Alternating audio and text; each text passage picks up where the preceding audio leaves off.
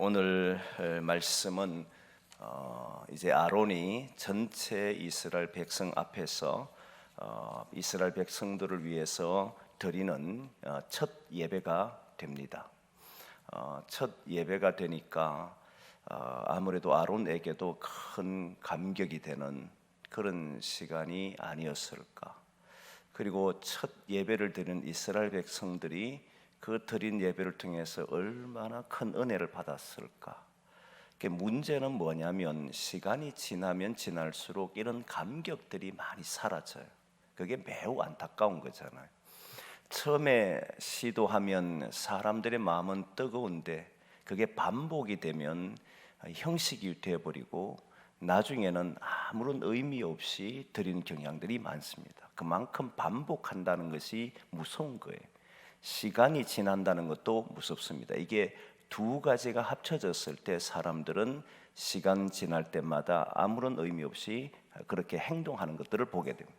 그냥 예전에 어떤 분이 저는 교회 가는 길은 잘 압니다 이런 이야기를 해요.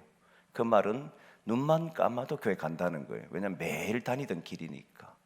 그러나 사실 왜 다니는지, 그리고 왜 예수님을 믿어야 하는지, 왜 예배를 드려야 하는지 그걸 모른 채 갑니다.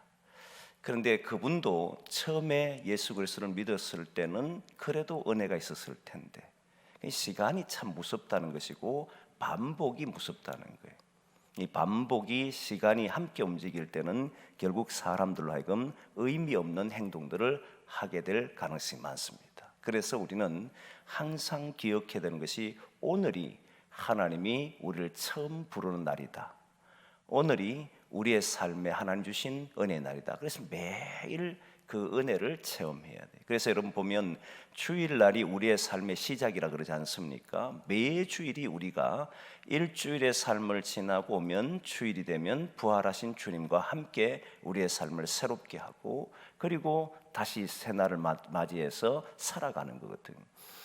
제가 입택 예배를 드릴 때에 강조하는 것 중에 하나가 인생이 살아가면서 안식처가 두 곳이 있는데 그곳이 바로 한 곳은 가정이고 한 곳은 교회다 이렇게 말을 했습니다. 가정은 하루의 일을 마치고 나면 집에 돌아와서 쉼을 얻고 다음 날 일을 할 수 있도록 만들어주는 것이 가정입니다. 쉼을 구하는 거예요.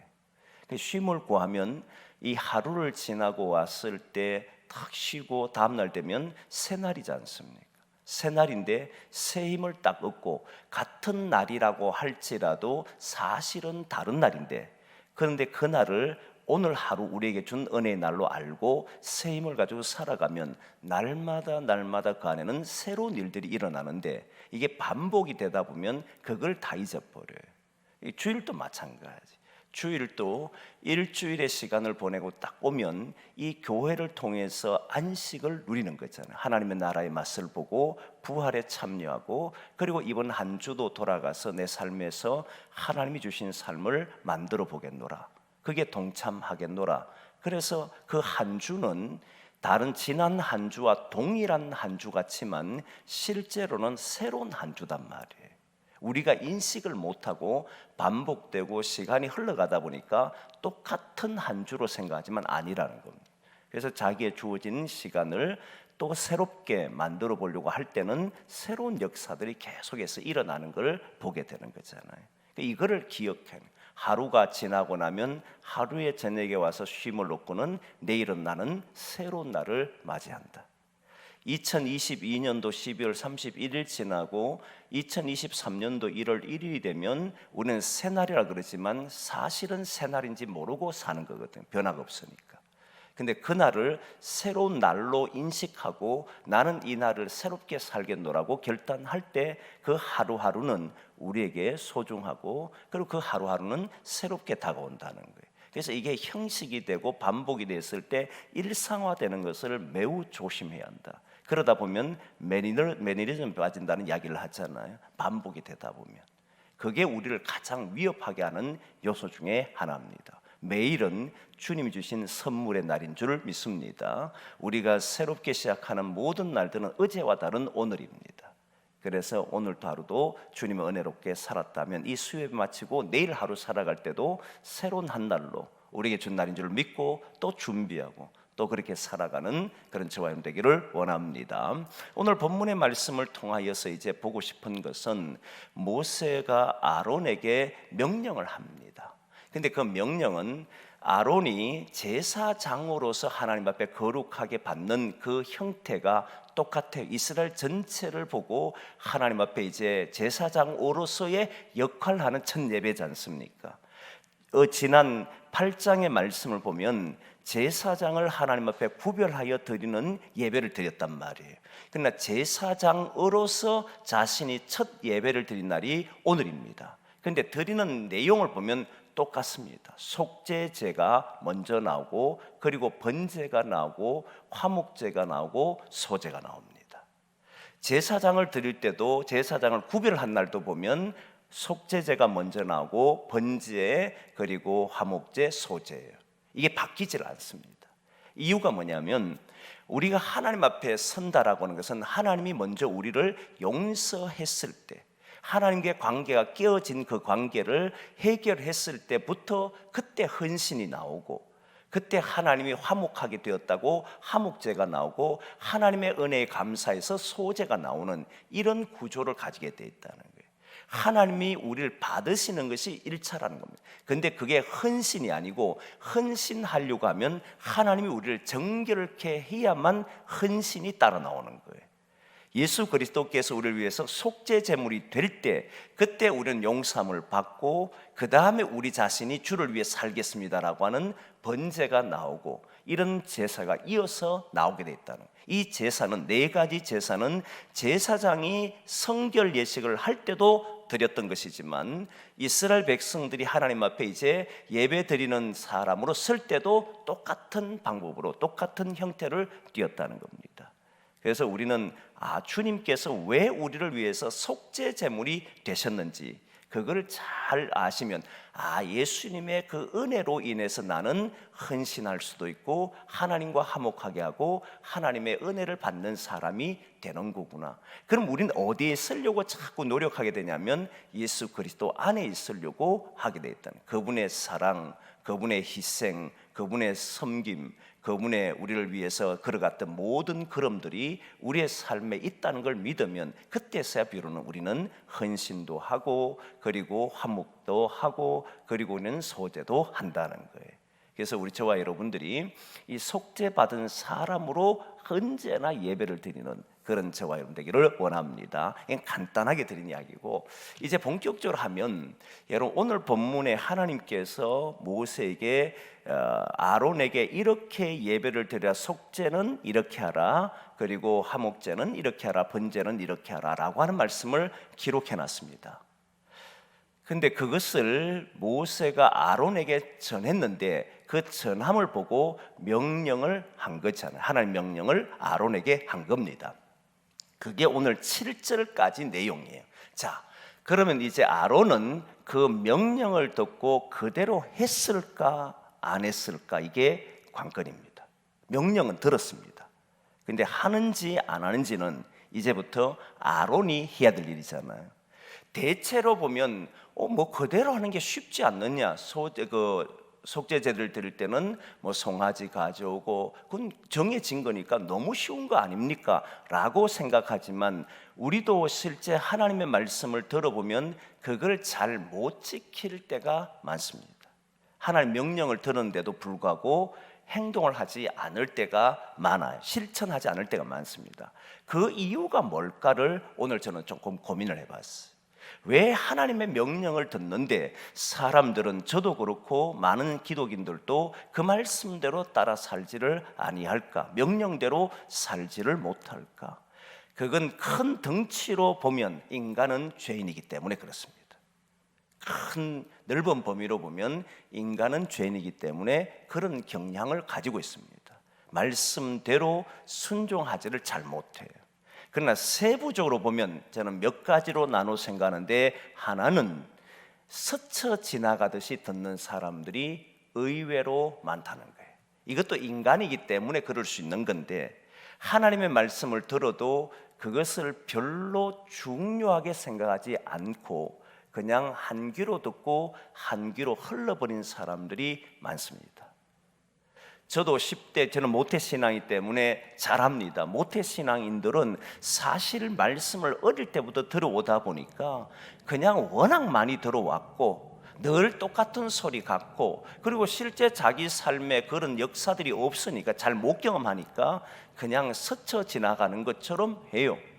그리고 말씀 들을 때는 한 귀로 듣고 한 귀로 흘릴 뿐만 아니라 아예 딴 생각을 하고 들을 생각도 하지를 않습니다. 이유가 뭐냐면 그게 나하고 그렇게 큰 직접적인 연관이 없기 때문에 그렇습니다. 하나님 말씀이 오늘 우리에게 떨어졌을 때 바로 눈앞에 일이 벌어지면 여러분 안 들을 수 있는 사람이 없습니다. 여러분, 우리는 자녀를 양육할 때에 아이들에게 학원이든 기타 공부를 하게 만듭니다. 그런데 그 이유를 보면 안 하면 안 된다라고 생각하기 때문에 그런 거잖아요. 학교를 보내고 하는 이유도 안 하면 문제가 생길 거라고 생각하니까 보낸단 말이에요. 그런데 성경의 말씀을 안 지켜도 안 된다라고 하는, 지키지 않으면 안 된다는 이런 생각을 가지고 있지 않기 때문에 성경의 말씀은 들으면 그건 말씀이고 나는 나고, 그러니까 그냥 스쳐 지나가듯이 듣는 것이 너무 많다는 거예요. 하나님의 말씀의 중요성과 하나님 말씀에 가지고 있는 생명력을 잘 모르고 있기 때문에 이런 현상들이 나타난다는 거예요. 하나님 말씀이 능력이다, 실제 그 말씀대로 살고 그 말씀대로 기도하면 하나님의 놀라운 일들을 경험할 수밖에 없다라고 하면 왜 안 지키겠습니까? 그런데 그게 피부로 와닿지를 않는다는 거예요. 그러니까 사람들은 그 말씀을 잘 지키지를 않는, 그냥 스쳐 지나가는 듯이 듣는 경우들이 일어납니다. 두 번째는 하나님이 명령을 내렸는데 왜 잘 지키지를 못하느냐면, 인간은 어떤 말을 들었을 때는 그 말을 실천하는 것은 듣는 사람이 하는 거지 않습니까? 명령을 내린 자가 실천하는 게 아닙니다. 명령을 내리면, 말로 명령이 다가오게 되면 그 다음에 들은 사람은 할 건지 말 건지를 결정해야 합니다. 그게 이제 오늘 아론이 해야 될 문제잖아요. 근데 여러분, 이렇게 됐을 때 어떤 문제가 일어나게 되느냐면, 사람은 모두 다 자기식으로 받아들일 수밖에 없는 구조를 가지고 있습니다. 인간은 살아오면서 수많은 경험들을 하게 되어 있습니다. 그리고 많은 것들을 배웁니다. 그게 오늘 저와 여러분들이 가지고 있는 현재의 모습이잖아요. 많이 배운 사람도 있고 많이 경험한 사람도 있고 적게 경험한 사람도 있고 적게 배운 사람도 있습니다. 많이 배웠던, 적게 배웠던, 많이 경험했던, 적게 경험했던 오늘 우리 모습은 여기에 있는 우리의 모습이잖아요. 그런데 명령이 떨어지게 되면, 하나님이 명령을 하게 되면 내가 배워온 것과 내가 경험한 것으로 해석을 할 수밖에 없어요. 그리고 판단과 행동은 누가 하느냐면 내가 해야 되잖아요. 결국 판단은 우리가 하게 돼 있는 거예요. 내 마음이다, 내 생각이다. 그냥 명령이 떨어졌는데 꼭 그렇게 해야 되는가라고 생각하고 자기식으로 바꾸는 경우들이 많습니다. 그리고 자기의 유리한 대로 말하는 경우도 많습니다. 그러니까 결국 하나님의 말씀을 들을 때 자기식으로 해석했을 때 그건 하나님의 말씀에 그대로 순종하지 않았다라고 말하는 거잖아요. 이 말은 우리가 가지고 있는 위험성 중에 하나가 하나님의 말씀을 받은 대로 하지 않고 그걸 자기식으로 해석했을 할 가능성이 많다는 것을 알아야 한다는 거예요. 자기식으로 해석했을 때 저는 그 사람은 발전이 없다고 생각합니다. 자기식으로 해석한다는 건 내가 알고 있는 범위 안에 새로운 것을 들어왔는데 내가 가지고 있는 것에 이렇게 했기 때문에 제가 그때마다 했던 말이 덧된 사고라고, 다른 말로 하면 모자이크식 사고라 그럽니다. 내가 알고 있는 것에 하나를 덧붙인 것밖에 없어. 완전히 새로운 것이 오게 되면 알고 있는 것을 버리고 새로운 것을 배울 때에 그 사람의 인생은 달라지지 않습니까? 왜 사람들이 잘 달라지지 않느냐? 하나님의 말씀을 들음에도 불구하고 변화가 없느냐라고 했을 때 자기 생각을 가지고 있기 때문에 변화가 없는 거예요. 하나님의 생각을 가지고 살아보려고 해보면 내 생각을 죽이게 돼 있고 나하고 맞지 않는 부분이 있다 할지라도 따라 보려고 하고, 그때서야 비로소 하나님의 역사가 뭔지를 알게 되잖아요. 그렇게 되는데 그거를 잘 못한다는 거예요. 그게 인간이 가지고 있는 한계. 그건 저도 그렇고 여러분도 그렇다는 거예요. 이건 벗어날 수가 없어요. 우리는 어떤 것을 말을 들을 때는 그 말은 내 사고와 부딪히게 돼 있고, 내 사고는 새로운 것이 왔을 때 갈등을 느끼는데, 그 갈등은 나를 극복하느냐 아니면 내 속에서 그것을 받아들여서 나를 내 안에 집어넣어 버리느냐, 이 차이로 나타난다는 거예요. 그런데 제가 말씀을 보면서 배운 것은 내 생각이 아니라 주님의 생각으로 바뀔 때만이 새로운 것을 보게 된다는 것이 확실합니다. 하나님의 말씀을 가지고 살 때 하나님의 능력이 임한다는 것을 알게 돼요. 그게 신앙이니까, 그게 하나님이 말씀하신 바니까. 그래서 여러분, 우리는 이 구조가 참 어려운 구조지만, 그래 나는 내 생각대로 살아갈 수밖에 없어 라고 말하지 말고, 주님의 말씀대로 살아봐야 되겠다 하는 그런 결단을 매 순간마다 하셔야 돼요. 주일마다 말씀 들을 때마다 와서 우리가 들으면 그게 부딪힐 때마다, 그래 주님 나는 이렇게 살 수는 없는데 그래도 이번 한 주 살아보겠습니다라고 하는 결단의 기도가 일어나야 돼요. 제가 축도할 때마다 항상 하는 말이, 말씀을 가지고 하고 이렇게 결단하는 성도들의 머리 위에 이렇게 기도할 때만 대부분 그렇게 기도합니다. 아니 한 번도 빠지지 않고 그렇게 축도합니다. 왜 그러냐면 이 말씀대로 결단해서 살아보지 않으면 이런 역사를 못 경험하기 때문에. 그러나 결단해서 간다고 해서 그대로 되느냐면 되질 않습니다. 그럼에도 불구하고 결단은 기독교의 매우 중요한 요소 중에 하나입니다. 내 삶을 버리고 주님의 생각대로 살아보겠다는 이 결단은 처음에는 내가 그리로 가지 못하게 하는 것처럼 보여도 조금 더 지나고 보면 이 결단이 반복될 때마다 과거에서 나를 보는 것이 아니고 하나님의 생각으로 살아보겠다라고 한 거니까, 그 하나하나가 더해지게 되면 나의 삶이 새로워지고 있다는 것을 알게 돼 있어요. 그러니까 결단이 기독교는 매우 중요합니다. 그것을 보고 우리가 교리적으로 보면 종말론이다라고 말을 해요. 종말론이 뭔 말이냐면, 우리가 예수 그리스도가 우리에게 임했을 때 그 예수 그리스도가 오는 것은 빛으로 오셨고, 빛으로 오면 어둠이 끝이 나잖아요. 빛이 오면 어둠은 종말을 구합니다. 우리가 예수님을 만나는 순간에 내가 살아왔던 것이 틀렸다는 걸 알게 돼요. 주의 말씀을 듣는 순간에 이 말씀대로 살아야 되는 걸 알게 돼요. 그러면 지금까지 알고 있던 생각들은 어떻게 되는 겁니까? 종말을 구하는 거예요. 그러나 종말을 구했다고 해서 끝이 나는 게 아니잖아요. 왜냐하면 우리를 지배하고 살아왔던 것이 기존의 내 생각이었으니까. 이 생각은 계속해서 나를 잡고 있는 거잖아요. 그래서 결단을 해서 이렇게 가겠다라고 하는 기도를 통해서 해보면, 그러면 그 생각이 점점 사라지고 어느 순간이 되면 주님의 생각으로 살게 되는, 그때서야 완성된 종말이 되는 거잖아요. 우리가 주님을 따라 살면 구원을 이룬다고 합니다. 빛이 우리에게 왔기 때문에 이미 종말은 구했지만 완성된 종말은 다시 주님이 오셨을 때 이루어지는 거잖아요. 그 길을 위해서 매 순간마다 우리가 결단하고 매 순간마다 주님의 길을 따르겠노라고 기도하는, 이런 것이 우리의 삶을 계속해서 새롭게 맞이할 수 있도록 만들어준다는 거예요. 그래서 하나님의 말씀이 우리를 새롭게 하는 역사들을 우리의 삶에서 보기를 원합니다. 또 하나는 하나님의 말씀을 왜 잘 듣지를 못하고 그걸 명령대로 하지 않느냐면, 오늘 본문에서 바로 주어지는 겁니다. 이게요, 모세가 말한 거기 때문에. 하나님이 아론에게 직접 말했으면 안 지킬 사람이 거의 없을 겁니다. 지금도 여러분, 저도 똑같이, 저도 어릴 때부터 신앙생활을 했기 때문에 잘 알잖아요. 목사님을 통해서, 전사님을 통해서 말씀을 주니까 만일 그 자리에 하나님의 음성이 떨어졌다면, 사람을 통하지 않고 하나님의 음성이 우리에게 직접 떨어지면 여러분, 안 지킬 수 있는 사람이 얼마나 될 것 같습니까? 아마 그건 뭔가 문제가 있는 사람이든지, 그죠? 아예 죽어있던 사람이든지, 그러지 않고는 두려워서 그 말을 다 들을 겁니다.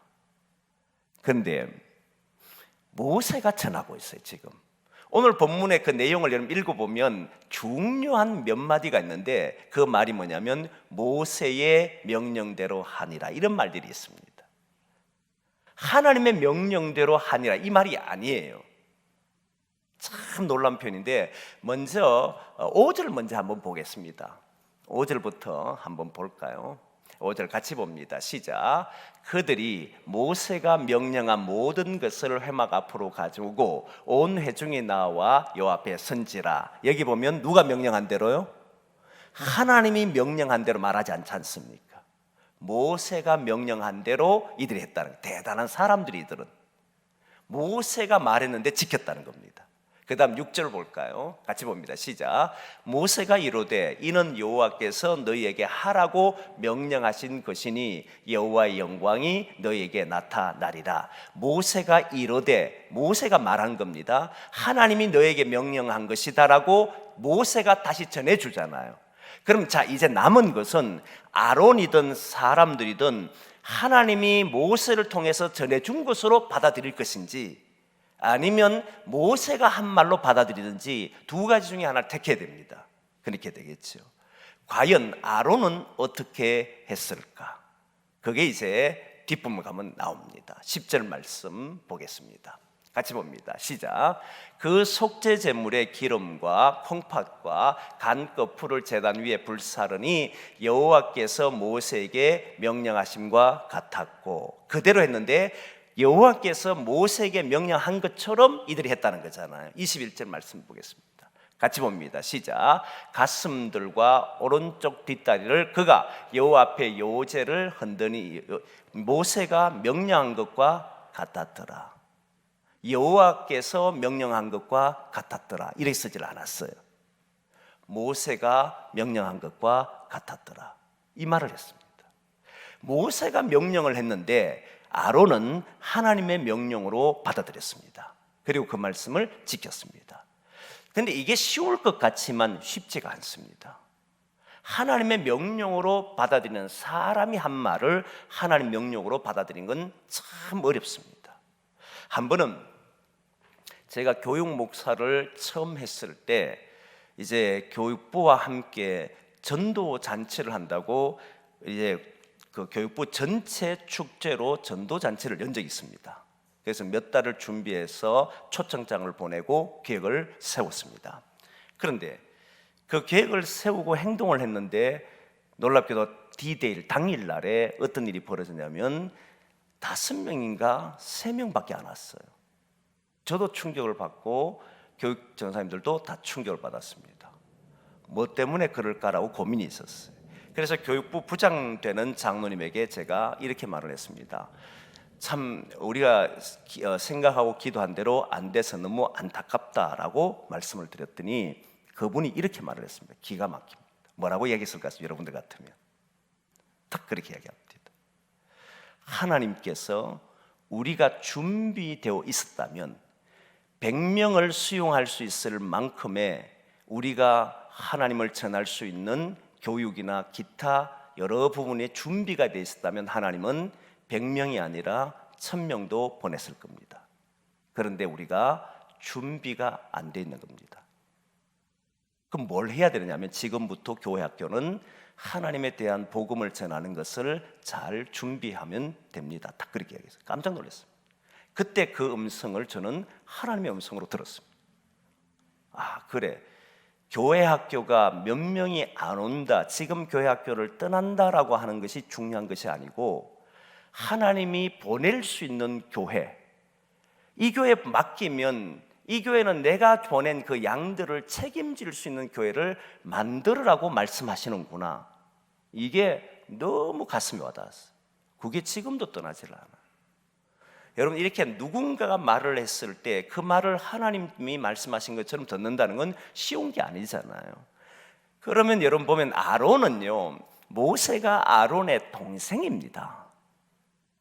동생이 하는 말을 야, 네가 뭔데 내한테 명령하냐, 너는 내 말 들어, 이렇게 할 수 있잖아요. 근데 아론은 모세가 명령한 것대로 합니다. 이유가 그가 한 말이 하나님의 말씀으로 들었기 때문이잖아요. 그 근거를 어디에 두고 있느냐가 중요한데, 그 근거가 바로 시내산에서 하나님이 강림했을 때에, 그때 십계명을 주니까 우레, 번개, 그 난리 났잖아요. 구름이 막 막 덮어가지고 막 그랬잖아요. 그럴 때에 사람들이 너무 놀랐습니다. 충격을 받았어요. 다 뒤로 자빠졌습니다. 그리고는 모세에게 우리에게 하나님이 다시는 말씀하지 말게 하옵소서라고 한 적이 있습니다. 그리고 당신이 한 말을 하나님의 말씀으로 받아들이겠습니다, 이렇게 말을 했잖아요. 그게 지금 아론이 하고 있는 거예요. 신기하지 않나요? 한번 보겠습니다. 출애굽기 20장 말씀 봅니다. 출애굽기 20장 18절 19절 보겠습니다.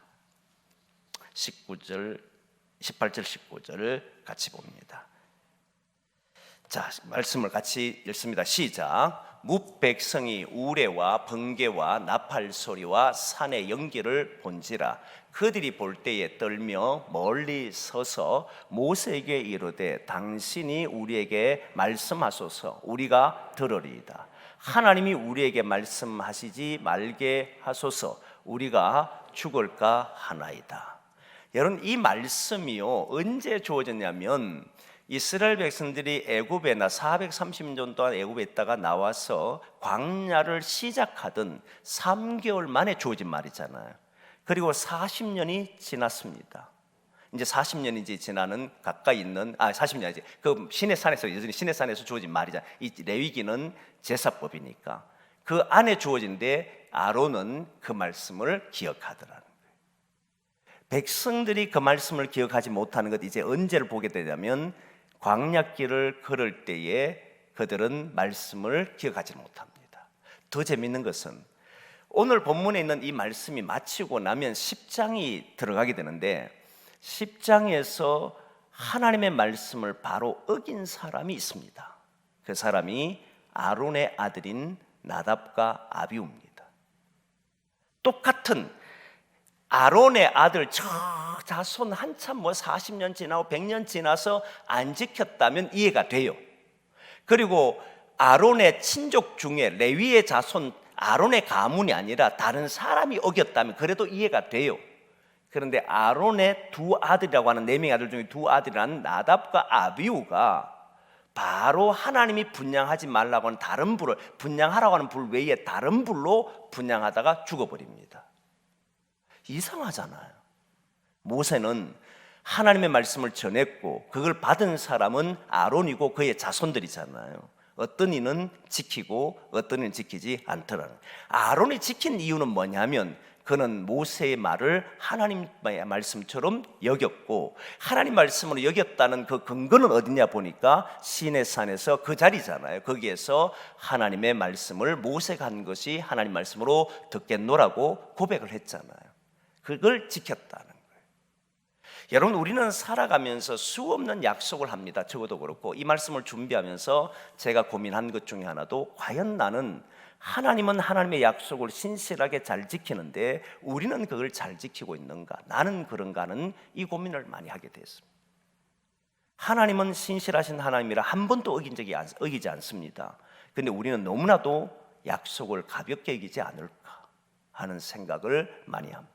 그래서 처음 가졌던 마음, 저도 목사로서 안수받을 때 처음 가졌던 마음이 있을 것이고 주의 종으로 길을 걸어갈 때 20대지만 그때 했던 결단의 기도는 아직도 있지를 않습니다. 그걸 가지고 살아갑니다.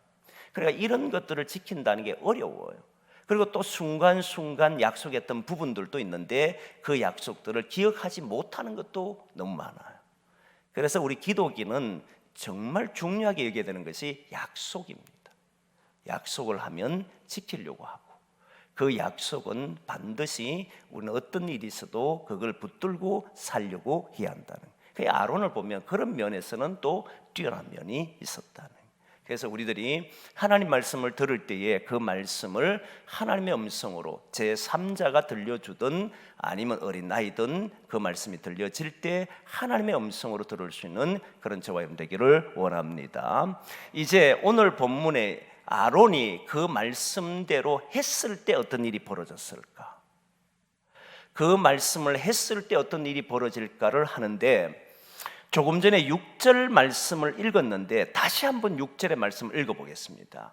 모세가 약속한 말씀이 있습니다. 한번 보겠습니다. 6절 말씀을 다시 한번 봅니다. 시작. 모세가 이르되 이는 여호와께서 너희에게 하라고 명령하신 것이니 여호와의 영광이 너희에게 나타나리라.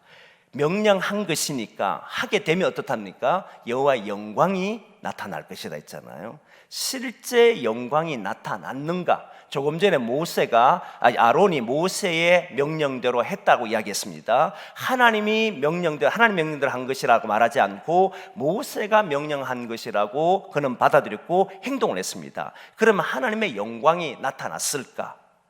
이제 봅니다. 오늘 본문은 아니지만 23절 말씀 보겠습니다. 같이 봅니다. 23절 같이 보면 시작. 모세가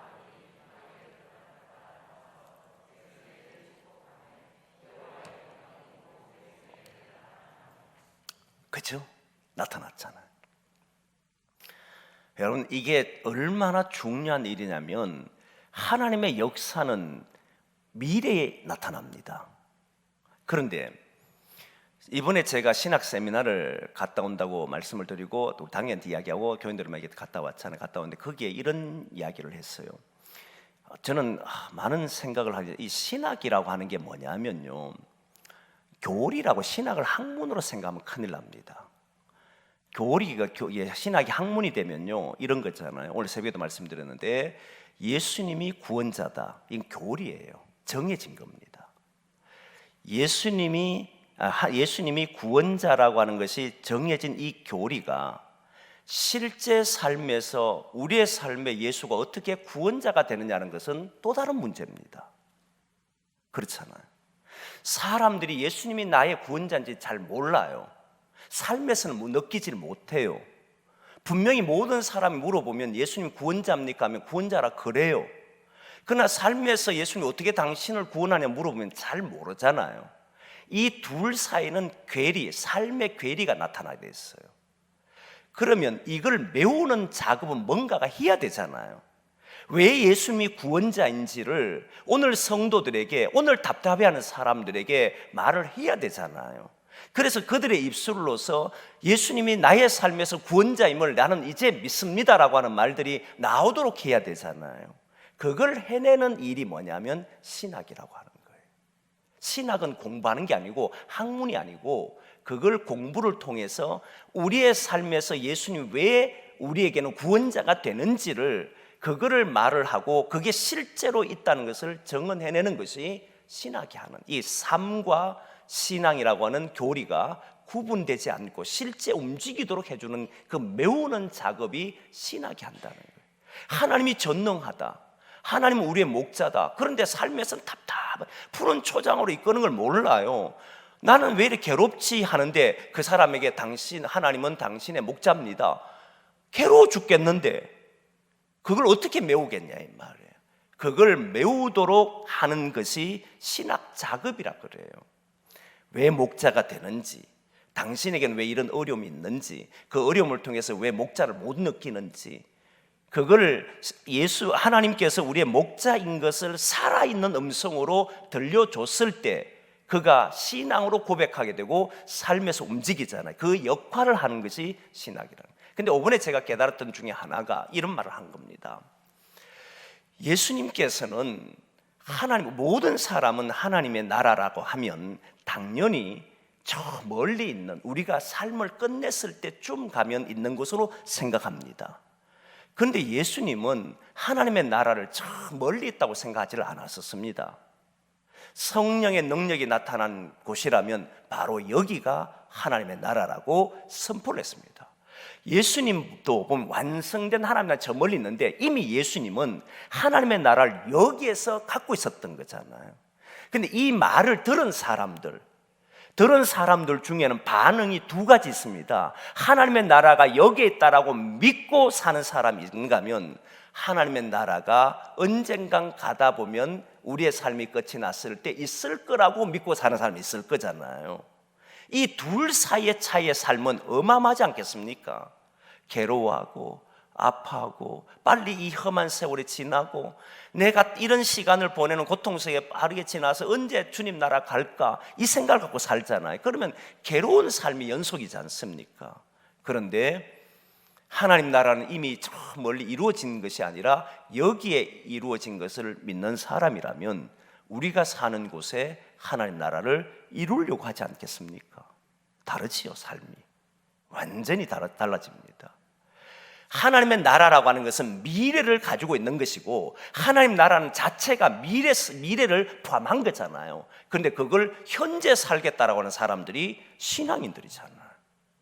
미래 간다면 고생 다 하고 살 것이고 오늘 현재적으로 이루어진다라고 하는 것이 우리잖아요. 그걸 예수님이 보여줬고 그걸 믿노라는 사람들이 우리지 않습니까? 그러니까 삶 자체가 힘이 있어지고 삶 자체가 능력 있게 되는 거지 않습니까?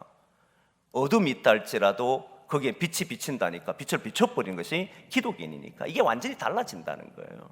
그러니까 아론을 보면 그게 오늘 보이는 거. 아론이 영광이 나타나리라 했을 때 영광이 언젠가 나타나겠지, 언젠가 이루어지겠지, 미래 가면 영광이 주어질 거다 이 생각하는 게 아니라 그는 하는 일이 뭐냐면 바로 여기에서 순종해버려요. 말씀대로 순종해버립니다. 그러니까 하나님의 영광이 임하는 것을 보게 되더라는 거예요. 저는 저와 여러분들이 그렇게 살았으면 좋겠습니다. 하나님 나라가 언젠간 저 멀리에 이루어질 거라 생각하고 고난과 아픔 속에 괴로워하고 사는 게 아니고 하나님 나라는 여기에 이루어졌다.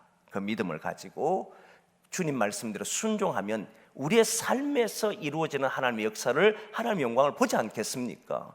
그런 것을 볼 수 있기를 바랍니다. 하나님의 영광이 어떻게 임하는지를 보십시오. 저는 이게 더 좋은데요 24절입니다.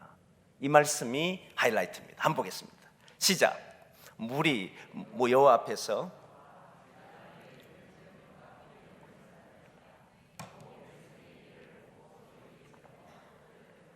아멘. 여러분 이 말씀이 뭔지를 알겠습니까?